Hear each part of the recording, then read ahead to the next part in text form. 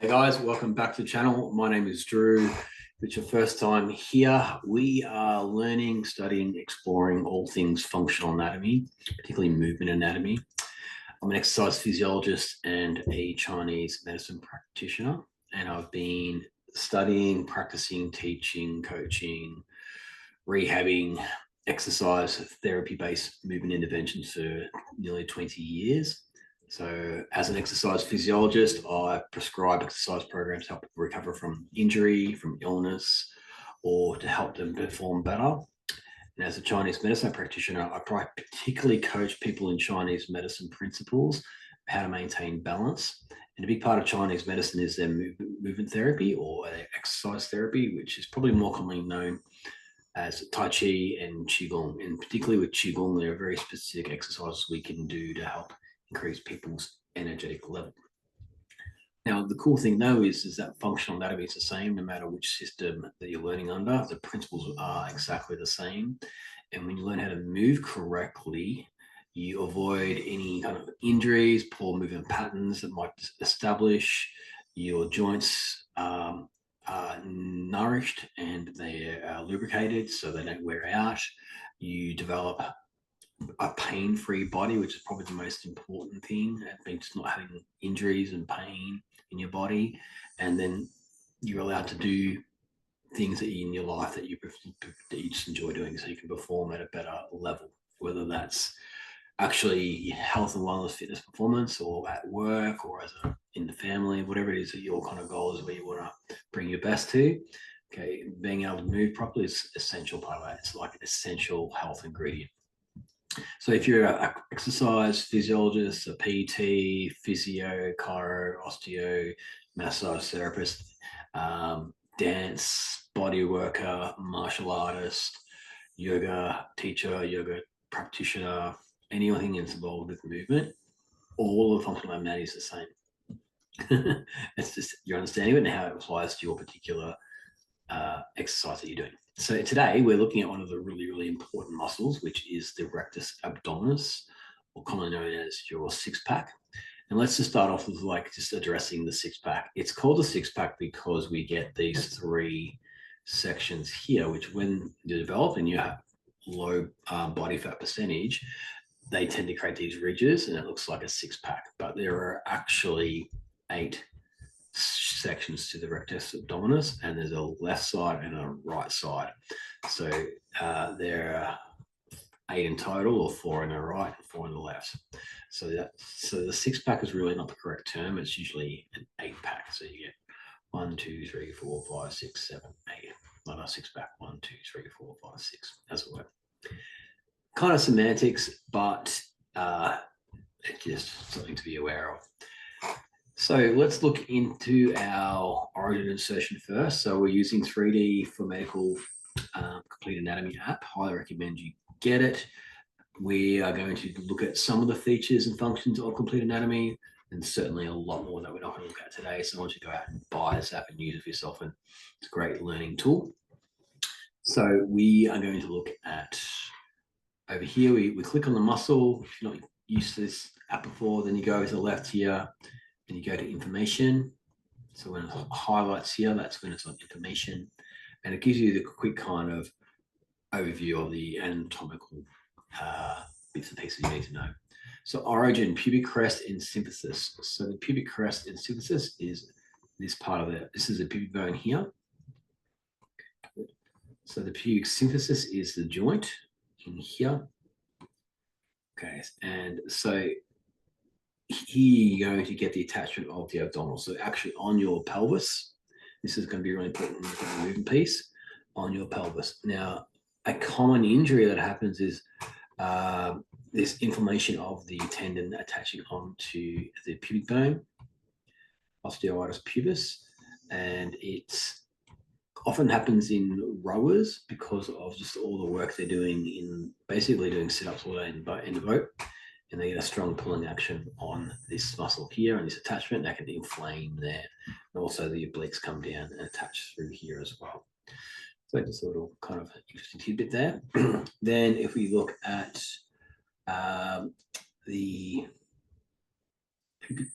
where is the articulates? Here we go. Sorry, I'm on the.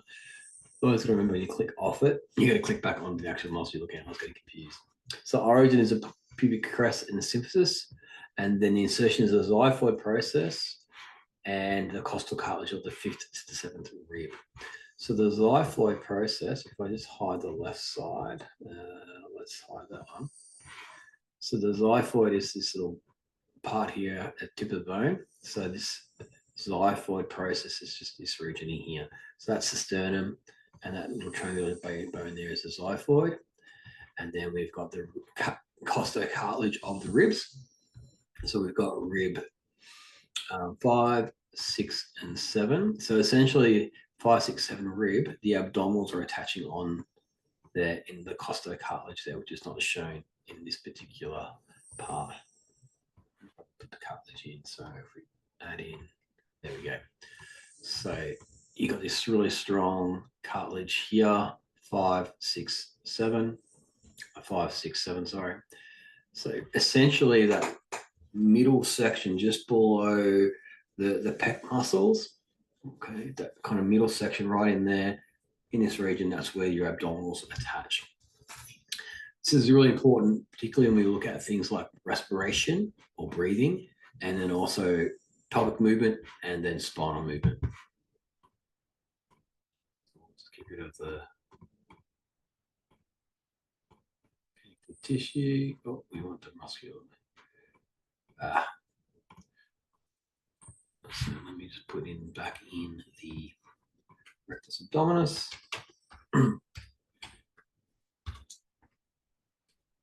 So it's up here in the search bar. You just start typing in rectus abdominis, and then it'll pull it up for us under muscular system. Right, rectus abdominis, left, superior rectus. Put that back in action. All right, so let's go to motion. Now, classically, your abs, your six pack, so here highlighted here, are going to be what's called spinal flexors, or basically your sit-up muscle. So when the pelvis is stabilized, as in it's not moving, when the abdominals contract, they pull on those ribs and they pull the entire torso forward and down. And then that rounds out the spine here. So from neutral spine, the lumbar spine flattens out and it flexes. So when you roll forward or slouch forward or forward fold, and you get this position here. Now, the end range of movement on your sit-up is really orientated around the end range of the bones here. Okay. So when you do that sit-up, the vertebrae are going to like close together. So on the front, the spaces here close together. And we've got the disc in there as well. So essentially when the bone, the vertebrae roll forward to the point where they're starting to contact and they physically can't go any further, that's the maximal range of your sit-up or your spinal flexion. Now, everyone's going to be a little bit different in terms of how much space they have between the vertebrae. So the more space you've got, the more rounding you'll be able to get to. So that's one of the big limitations of the sit-up. And now, if you look from the side, I can't flip this around, but if we were to draw a line, imagine you're lying on your back here. So you're lying down on the floor on your back. This angle that flattens out to there is about 30 degrees. So from here, so that's neutral there. And then when you sit up, it's roughly 30, 35 degrees. So I'm going to try through. So when you do that sit up, the lower back will press into the floor, the spine flattens out, the abdominals pull the ribs down, and that's your full spinal crunch. So your sit-ups typically only need to go to where your tips of your shoulder blades come off the ground. You can see that line that comes down through here. So when you can feel your shoulder blades just leaving the ground and your lower back fully flattens into the floor, okay, that's all your abdominal muscles they're doing the work. That's the six-pack muscles doing the work. That's the rectus abdominis and the obliques. So we put them all back in. That's that whole abdominal wall working together to do that sit-up movement and that spinal flexion. Now, if we go further up, what's going to happen is these muscles here, let's see if we can fade or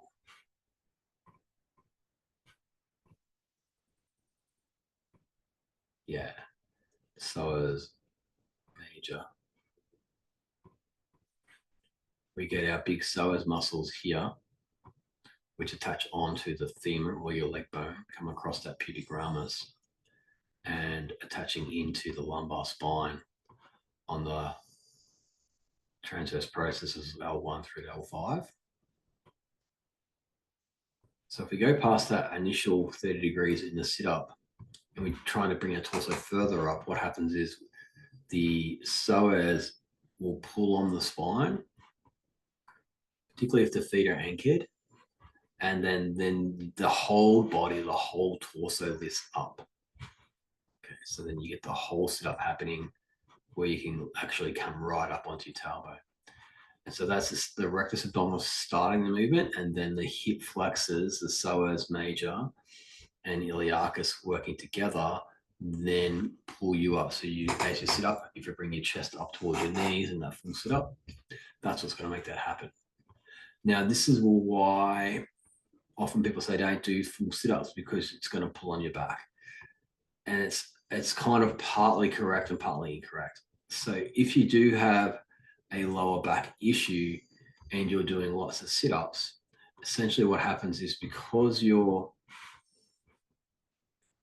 flexing the spine and you're closing down these spaces here, the discs in the middle are getting compressed on a different angle. And over time, that continual compression of the disc, where the front is kind of squished downwards and the back is kind of, so the inside part of the disc, the annulus is like a toothpastey shape, can get pushed more out towards the back. And if there's a weakness in that disc, it potentially may push through the hard outer shell of the disc, and you get a disc bulge or a disc herniation. And depending where it comes out, you may not it's there, but if it starts to compress on a nerve root, then you'll get kind of radiating pain and quite severe pain. So the kind of the thinking is there is doing lots of sit-ups, we putting the spine in lots of flexion is bad. But it's not necessarily the case, because one reason we do a lot of core work, if we just bring it back up here, is that if you take away all the muscles, let's go back to this diagram. If we take away all our muscles through here, you've got the entire weight of the torso coming down through the spinal column, and then the weight really goes through this kind of L3, L4 kind of segment here, depending on the person. And the big pivot point or anchor point is going to be in this region through here.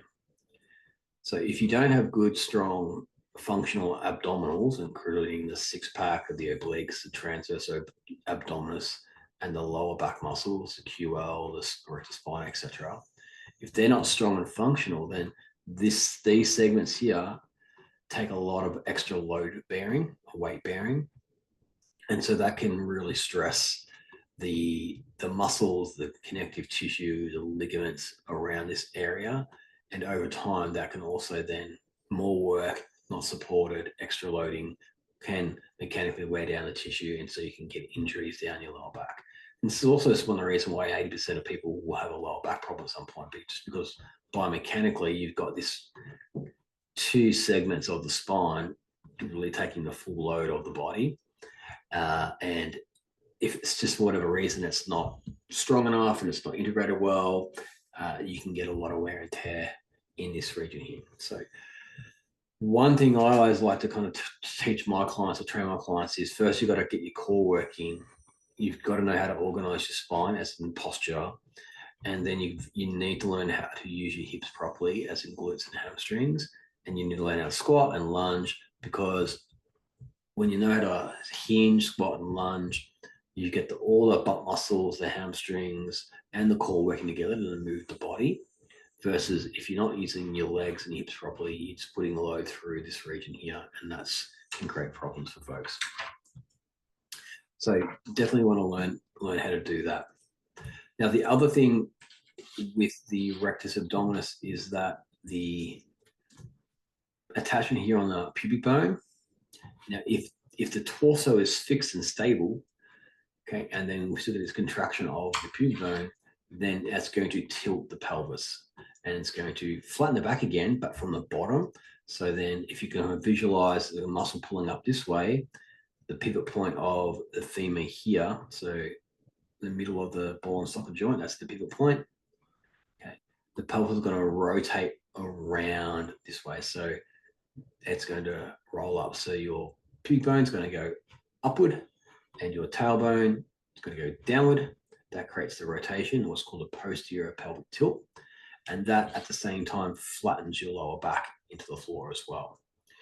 So sometimes you can do sit-ups with your lower back in neutral, so you basically don't change the shape of the pelvis, all right, but you're working through the top fibers of the rectus abdominis, so you get that spinal flexion, but the pelvis doesn't move.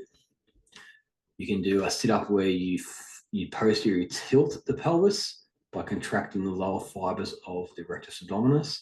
You'll get a flattening of the lumbar spine into the floor again, and that's kind of like a partial sit-up, or it's a posterior tilt using your rectus abdominis and your glute medius together. You can do a full sit-up where you do both. So you've got the contraction of the upper fibers pulling the rib down, the posterior tilt here, the lumbar spine flexes and flattens into the floor.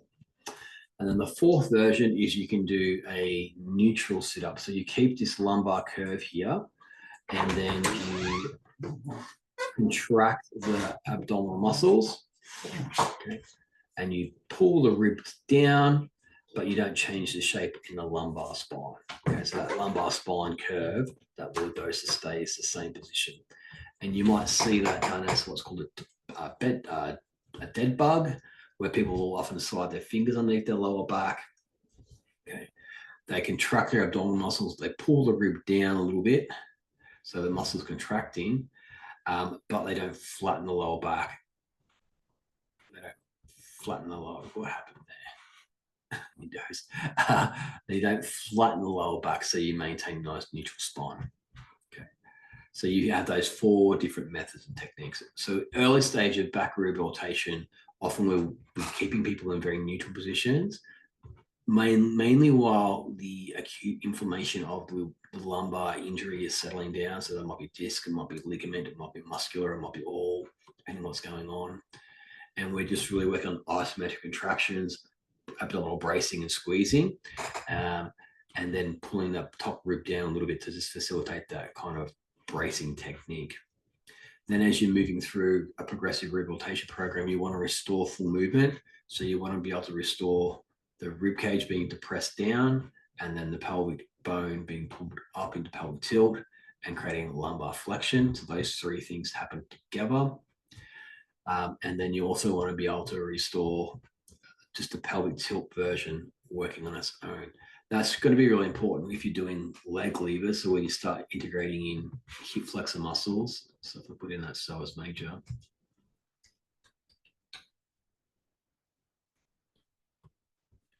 Psoas major on the left. Let's go to the left side.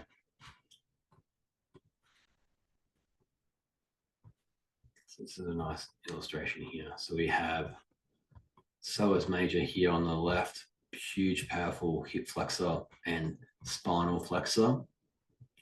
And then we've got the rectus abdominis 6-pack muscle here. So what you'll see is as you're doing a sit-up, depending on what position you've got your legs in, the psoas is going to contract, and it's going to pull, because it's on the anterior side of the transverse processes, it's going to be pulling forward and downward. So you're going to get this kind of vector of the lumbar vertebrae pulling down in this direction, which will arch the lower back. So that will create extension of the spine. So it's the opposite of what the abdominals are trying to do and create flexion of the spine. So as the rectus abdominis pulls down this way, it changes the shape of the spine into flexion, so rounding or flattening.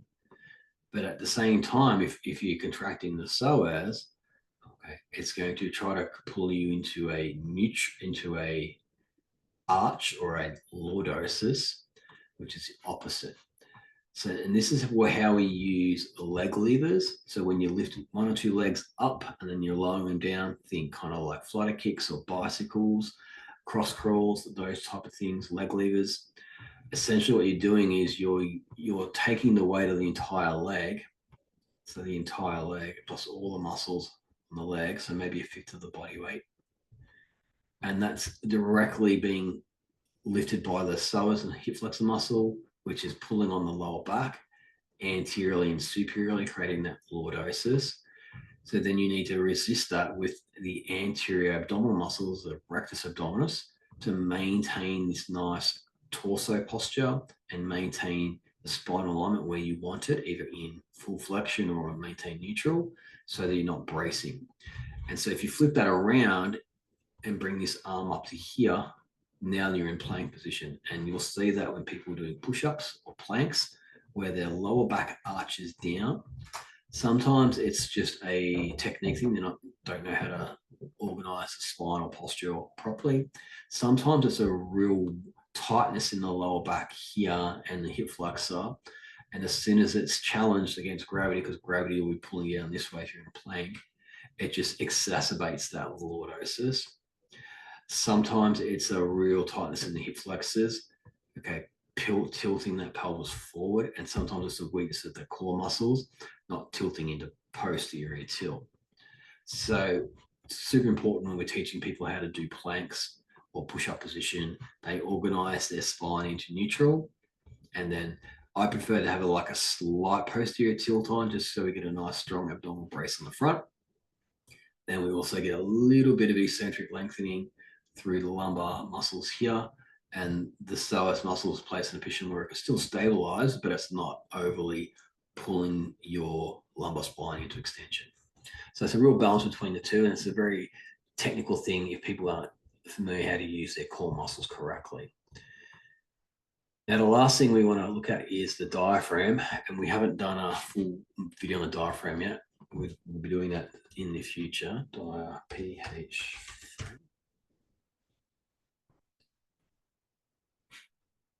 Now, as I always kind of tell my clients and my students, breathing is core training and core training is breathing. And the reason I say that is on the inhalation, the diaphragm, this big orange muscle here, it's going to contract and pull downward inferiorly. And at the same time, the ribs are going to expand outward. So you get a downward and the ribs expand outward. And the whole idea of that is to bring air into the lungs, fill up this space on the left and the right side to get more space here, so we get more in, so we can take a bigger breath. Now, for that to happen, the rectus abdominal muscles will lengthen, so they'll lengthening eccentrically. So they're not just relaxed; they are contracting to lengthen eccentrically, and they're doing that to control the rib position, so that if you breathe in, if you lean back too far, then the diaphragm is placed in a full position to contract. You won't get a full inhale. Okay? And we'll go into a lot more of that when talking to respiration. So on the inhalation phase, diaphragm is going to contract, pull downward, the ribs are going to expand, and then the rectus abdominal muscle is going to lengthen eccentrically to control the rib position, which is called or referred to as the zone of apposition. Now, on the exhalation, it's essentially the same as a sit-up. So what happens is we want to push the air out, and we want to redome the diaphragm back into this position here. So just imagine it's actually sitting down here, and now it wants to come back to this resting position here. So there are two methods to do it. One is the big tendon here, which is attached onto the spine. It's like it's going to just naturally recoil that diaphragm back up. So that's a passive exhalation. So you can breathe in and out. You don't have to really think about it. An active exhalation is where you contract your abdominal muscles, rectus abdominis, obliques, to actively pull down this rib, and that's going to then help compress or push the air back out on the exhalation. So it would be breathe in and then use your abdominal muscle to pull the bottom rib down, out, and that's a more active exhalation. So you can toggle between the two, passive breathing and active breathing, depending on your objective and the technique you want to employ. So if you're not using your core muscles correctly when you're doing breath work or a lot of your physical training, you're not going to get all this stabilization through the center here, particularly. And if you practice specifically movement to coordinate with respiratory muscles, in my personal experience, it resolves a lot of musculoskeletal injuries, niggling pain, and issues, because the center of the spine is where the diaphragm attaches, this region through here. So when you inhale, exhale, you're pulling on the spine, the ribs are moving, and then at the same time, the pelvis is going to move with the spinal column. And so the entire spine is essentially going to move around or with the inhalation and exhalation of the diaphragm. So when you do movement practice like yoga, for example, you do breast-centered yoga, where you're following the movement of the inhalation and exhalation with the natural biomechanics, it transforms your asana, your yoga practice, into something that's very functional. It's very different than trying to just get really stretchy. The stretchiness comes if your body is basically designed for it, and it's not the purpose. You're trying to work with the movement. The quality of the movement is really, really key. So when we look at the diaphragm, we'll go into a lot more detail on that, and particularly how the intercostals work with the abdominals. But for now, for this video, let's just appreciate that the rectus abdominis is a spinal flexor. So it makes you do the sit-up movement, and it can do that 4 ways. So we've got abdominals pulling down the ribs, creating lumbar flexion, which flattens the lower back, posterior tilting by pulling up from underneath on the pubic symphysis here, and then all those 3 combined together into the full sit-up position. So you can progress people through each one of those. Actually, they're each a skill or a drill to develop in core training. When I teach my Pilates classes, this is one of the key things I integrate into my training. Is we do lower ab sit-up work, we do upper ab sit-up work, we do neutral sit-up work, and then we do it all integrated together. So there are those 4 different sit-up versions. And then you add in the obliques. So then you've got lateral flexion, and rotation. So we want to add in those movements. And then we also want to then add in the lumbar extension. So back bending with rotation and lateral flexion, twisting. And then to kick it all off, we want to then add in hip flexion. So using his hip flexors, I consider hip flexors as part of the core because of their strong attachment onto the lumbar spine. So lots of leg levers, so flutter kicks, bicycles, heel taps, toe taps, things like that, all the different variations of those. And then we do all that with correct breathing technique and patterning work. And when you can do that, a lot of people's back and hips problems just disappear because everything's working together. And that's the goal. That's what we want. So there's no such thing as a bad sit-up or a bad exercise. It's just using the right one at the right time for the person's capacity, capability, technique, and their unique body and experience. So that's the rectus abdominis with a little bit of kind of a breathing respiratory stuff. If you have any questions, please drop me a question in the comments below, and give it a like, give it a share, and we'll look forward to catching up in our next video. And we'll look at most likely the obliques, which they complement the rectus abdominis. So we'll see you then. Wherever you are, keep studying, keep learning, keep practicing, keep training, and stay curious. And we'll see you on the next video. Ciao.